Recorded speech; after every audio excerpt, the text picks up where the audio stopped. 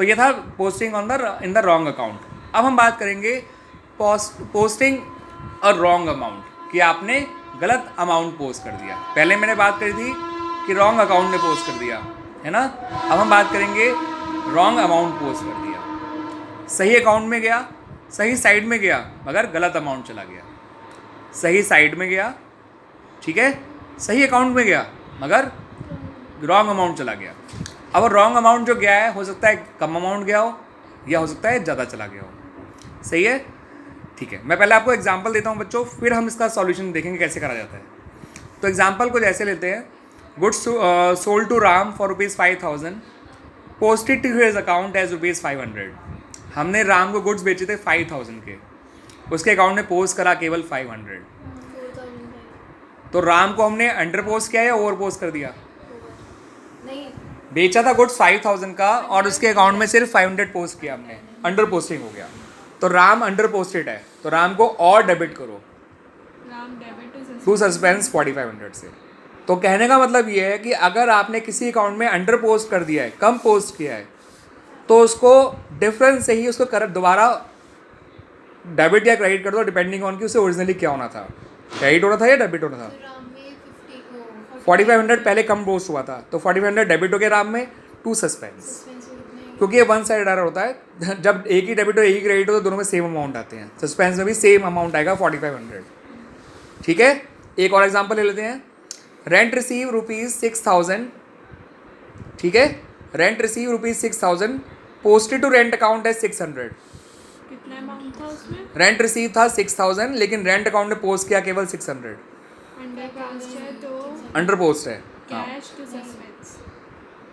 पहली बात तो किस अकाउंट में गलती हुई है? रेंट अकाउंट में। एक मिनट, क्वेश्चन क्या था? रेंट रिसीव ₹6,000, आपको 6,000 रुपये का रेंट मिला, समझ रहे हो बच्चों, मगर उसको रेंट रिसीव अकाउंट में केवल 600 लिखा गया। Was posted to rent receive account, was posted to rent receive account as ₹600 only. Rent receive account credit हुआ करता है, डेबिट हुआ करता है, पहले ये बताइए। क्रेडिट। तो उसमें 6,000 जाने थे, सिर्फ 600 गए, तो उसे और क्रेडिट करूँ या डेबिट कर दूँ? वो 6,000 से क्रेडिट होना चाहिए था, लेकिन 600 से ही क्रेडिट हुआ। रेंट रिसीव अकाउंट 6,000 से क्रेडिट होना चाहिए था, लेकिन क्रेडिट हुआ केवल 600 से, तो उसे और क्रेडिट करना पड़ेगा बाय ₹5,400, क्योंकि रेंट रिसीव अकाउंट क्रेडिट हुआ करता है। रेंट रिसीव अकाउंट क्रेडिट हुआ करता है, वो क्रेडिट होना था 6,000 से, लेकिन हुआ कितने से? केवल 600 से, तो उसे कितने से और क्रेडिट करना पड़ेगा? Suspense to rent receive. Suspense to rent receive 5,400 आ जाएगा। एक और एग्जांपल ले लेते हैं, ठीक है।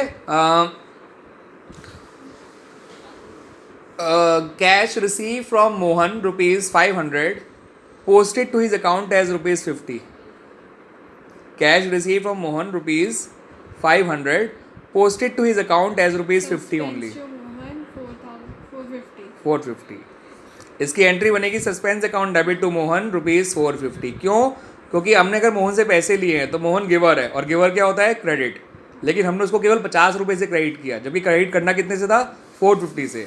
तो मोहन को और क्रेडिट करेंगे विद ₹450 और सस्पेंस डेबिट हो जाएगा। तो कहने का मतलब ये होता है कि अगर आपने किसी भी अकाउंट में अंडर पोस्ट किया है, तो उस अकाउंट को और डेबिट या और क्रेडिट कर दो, डिपेंडिंग ऑन कि वो ओरिजिनली डेबिट हो रहा है या क्रेडिट हो रहा है। अगर ओरिजिनली डेबिट हो रहा है तो उसे और डेबिट कर दो डिफरेंस से, ओरिजिनली वो क्रेडिट होता है तो उसे और क्रेडिट कर दो विद द डिफरेंस। सैलरी पे की 5,000, लेकिन सैलरी अकाउंट में पोस्ट किया केवल 500, तो ये अंडर पोस्ट हुआ या ओवर पोस्ट हुआ?